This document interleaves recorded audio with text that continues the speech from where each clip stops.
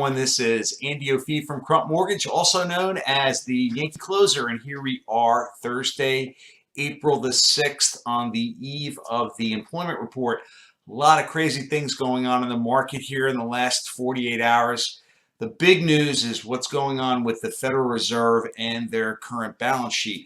And if you go back and read some of my older blogs from several months ago, one of the things that I have always been concerned about are the balance sheets between our Federal Reserve and other larger countries who are investing in our federal debt.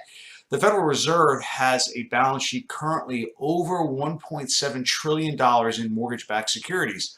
So what they've been doing is buying mortgages in the open market, and that's really what's kept interest rates kind of where we are, despite the fact that we have had some really good indicators as far as our economy doing better. Tomorrow we're going to get one of those at the BLS report, and we're going to be taking a very, very close look at that as we go into that. But the real news with this balance sheet situation is what are they going to do? Are they going to taper off purchasing, or are they actually going to basically unload the balance sheet and sell it back into the open market?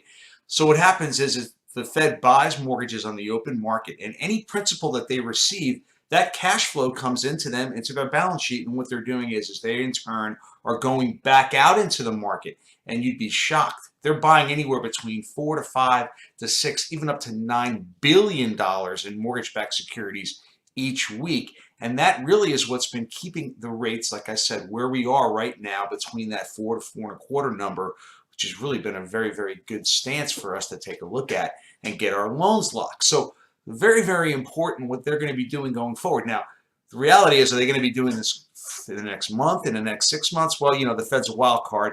They really don't make a very, very quick and honest decision. We discovered that with them figuring out when they were going to be raising interest rates. Now we have to deal with this other little platform that they're dealing with, and it is a huge platform, a $1.9 trillion mortgage platform that really could have an impact on our rates. So we're going to keep an eye on what they say and what they're going to be doing going forward. Now, going into tomorrow's employment report, I am very, very leery of the fact that I think we're going to get a pretty strong number.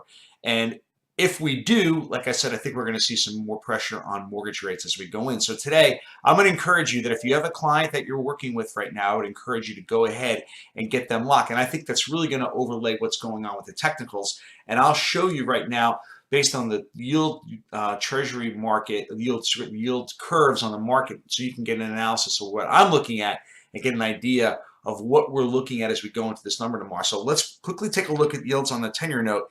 And as I said, this number 2.385 has been a Fibonacci number. This has been a point that we have really hung on to.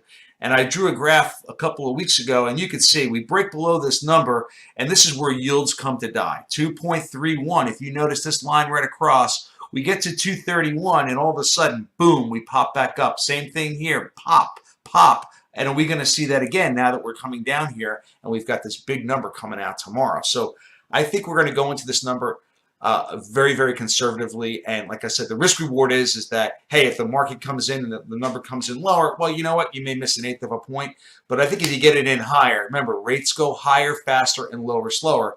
I think you're going to see the rate market kind of get banged up a little bit tomorrow. So going into that number, I would go ahead and lock your clients as you get into that. Finally, what I want to do, what I want to mention today is I read this blog page by Rob Chrisman. He's fantastic. He puts stuff out every day. But just so you know how incredibly hot the purchase market is right now, nationally, they took a survey. 57% of realtors within the past year have been involved in a multiple offer situation with 10 offers on one house. 57%, so that's half of you that are out there that are involved in bidding wars. It's incredible.